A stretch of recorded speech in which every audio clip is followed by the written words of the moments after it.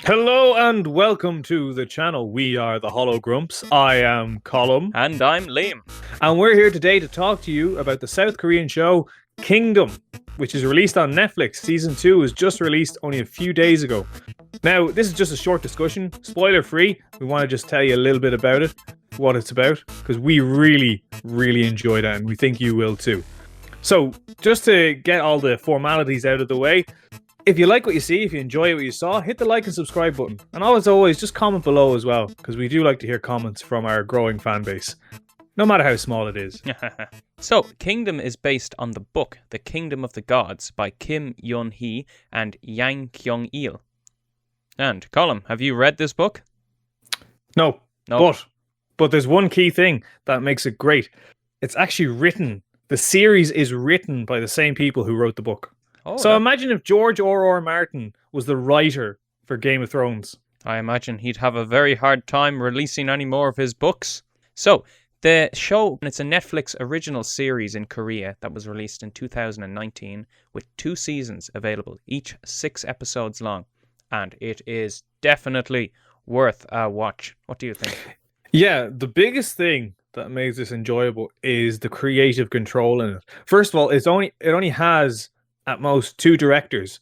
Season 1 was actually directed, all of it, all 6 episodes were directed by Kim Song-hoon, and the first episode of Season 2 was directed by him as well, and the rest of Season 2 was directed by Park In-jae.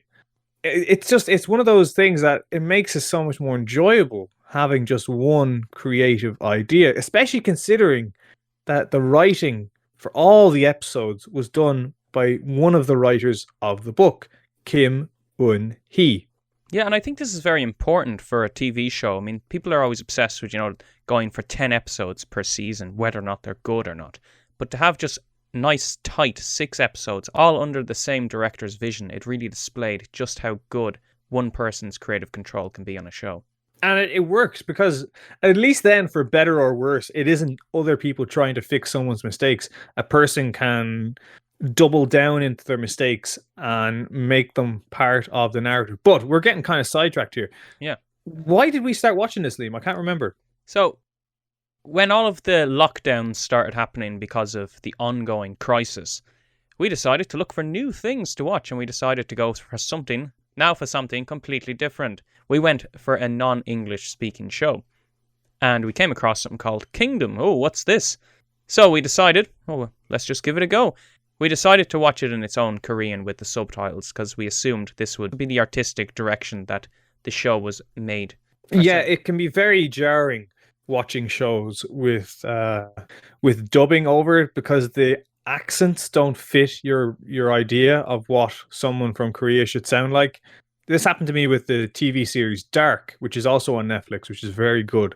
It's a German show, but I watched the first episode with English dubbing, and I didn't enjoy it nearly as much when I just started watching subbing, simply because I'm not there looking at lips that aren't making any sense. Yeah. At least the sounds coming out of their mouths are the sounds I'm expecting to come out of their mouths. Oh, that's another show if people are interested in checking it out.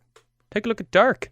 But yeah, the dubbing was better than it was in Kingdom, because they did a really heavy accent for all the characters in Kingdom, and it actually made it difficult to even listen to. But it was just, some of the choices were different, and I don't know, I'd have to research this, which is the better format, in the sense that sometimes the subtitles were actually contradicting what the characters were saying in English. But it takes a little bit of time to get into it because of all the different names. So if you're not accustomed to picking up... But you start... The thing is, even if you don't know the names, because the main character is the Crown Prince. And to be honest, if you don't actually wait till season 2, no one ever says his name because he's the Crown Prince. And everyone who's speaking to him says, Your Highness. But I knew his name was Chang because of the episode description for like episode 3 or something. Yeah, and you'd learn names as well because it would say, if somebody grunts, it'd be like Chang, and it'll have grunt, or Byung-pal. That's how I learned that character's name, because I saw it in the subtitles. So that's the other advantage of watching it with the subtitles. But one thing that you can't do, unfortunately, is put it in English and put English subtitles on at the same time, because it'll just give you a headache because they're both contradicting each other. So, Colin, season 1 and 2, did you find the storyline consistent? Did they live up to your expectations? I went into this with no expectations. I had no idea what the premise of the story was at all. Didn't have a clue what was going to happen in the first episode, even. And then from then on, I was just exploring this world, and it was just really, really cool. Yeah, it's kind of takes you by surprise. This isn't a spoiler. It's a zombie show, but it's also a political intrigue show. In the first episode, it's a lot of political intrigue and setting the places, and it feels like you're watching, like, I don't want to compare it to Game of Thrones in that sense because of how Game of Thrones ended up, but it does feel like you're watching Game of Thrones when it started out. This is to me, it is entirely its own unique entity because it's a period piece that is also it's fantasy, obviously, and a period piece, but it's also sci-fi as well in certain regards, which is really interesting. It kind of takes elements from a lot of other series. Now, obviously, this was a book. I'm not too sure when the book was written, but it's a really interesting concept to go, well, yeah, but what would have happened if there were zombies 500 years ago? And that's not a spoiler to say that. That is basically the premise of the show. Like, we do have skit kind of things like Pride and Prejudice and Zombies, which is a bit of fun, bit of CGI mess. But this does have a lot of light humor in it, and it is very entertaining. But it's also very serious. It's very dark, and it's just it does make you think, oh, how would they have handled things differently back then? And in some ways, they do some wonderful subversions in this. Wonderful moments where you think something's happening one way, or you suspect someone of doing one thing, and it turns out to be another person. And they use flashbacks in this series so well. They use them constantly, but they're always serving the plot, and they're not just telling you stuff you already know, which is what I hate about most flashbacks. Yeah. And you have to get used to the structure of the show because obviously it's not made like a Western show. So these flashbacks sometimes, at first anyway, can seem like, oh wait, what's happened here? This is going on at the same time. But then you're like, oh, okay, so this is how they handle flashbacks. And nearly in all cases, the flashbacks are during the daytime, and they're always much more vibrant and bright. So it's very easy to pick out where the flashbacks are. But it's the aesthetic of the show was fantastic. Like I could go on all day just about how brilliant the visuals were in the show. And the greatest thing is, you'll start figuring things out just as they're being revealed. Yeah, it makes you feel intelligent because you figure something out, like some dangerous pot of soup, and then that comes to fruition. Yeah, and I've watched the first season twice, and I watched it with Colin, then I watched it with my girlfriend as well, and both of them figured out these things at the same time. So the show does a really good job of feeding information to the viewer, and in a clever way that you feel smarter when you're watching it. Which I love that. I love feeling smart when I'm watching things. I don't mean like figuring things out, being like, oh, of course this is gonna happen because this is the normal thing. This is the only thing they can do. This is the only writing choice they can make. Yeah. No, there was plenty of choices they could have made, but they went with one that made us feel like part of the narrative. And it does do subversion in a really good way. Like, it brings characters into it that in any other show you'd imagine, oh, this person's gone, and then they become central characters to the plot, and you get masterful character development for these people. There was one guy, I know it's kind of a slight spoiler.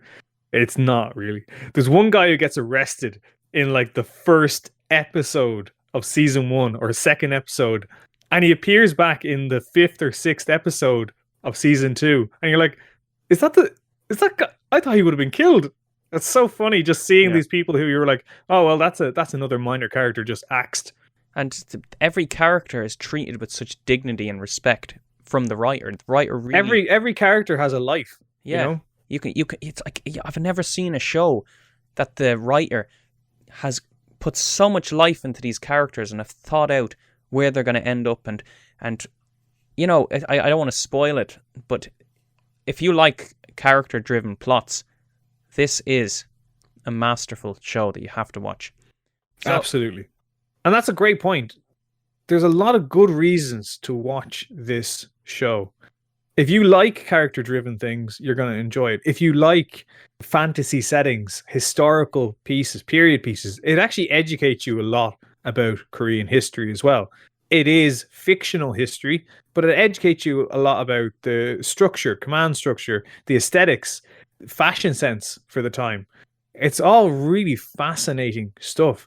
And because it's so different from what we're used to in Western culture, it really makes it enjoyable because it's completely new. I've seen 1,000,001 Westerns. I've seen 1,000,001 night dramas or medieval dramas. But seeing these, it's like Crouching Tiger, Hidden Dragon, but with gravity. You know, they're not flying all about the place. You're just getting really beautiful scenery and really beautiful sets all the time. So that's why I think you should watch it. And in terms of why you shouldn't watch it, I suppose the only thing I'd say, it isn't for everyone. Like, for people that aren't happy to sit down and watch something with subtitles, it's probably not for them. It's not for passive watching. Yeah, it's not for passive viewing because you will get lost. So you need to pay attention to this show. I mean, it's not really highbrow. Like, it's not. No. That's not what we mean. But if you don't pay attention to a scene, sometimes you'll miss a key bit of information and you'll feel a little bit lost later on. Happened to me once. Every episode is like an event that you want to sit down with people, or just sit down by yourself, I suppose, and watch the episode from start to finish without any interruptions, because this is how we approached the show. There was no sitting on our phones or no getting up and down to make tea or anything. We actually just went from start to finish. And it's very hard to stop watching as well, in my opinion. It really sucks you in. But every episode isn't. I don't remember there being a bad episode. No, there wasn't. Yeah. Okay, guys, we really think you should watch this show. And if we're wrong, you can subscribe to our channel And like us. our channel. Yeah, and tell us in the comments if we think we're wrong, because, you know, we could do with the exposure. And we like talking to people as well. But guys, be sure to tune in for our Westworld reviews as well, just in case you want to check out those and you're interested in us reviewing a show that is on very, very, very shaky legs at the moment. It could go either way. It's kind of going up and down. So let's see what happens this week. So, for the Hologrumps, I'm Colin. And I'm Liam. Take care, and remember, existence is futile.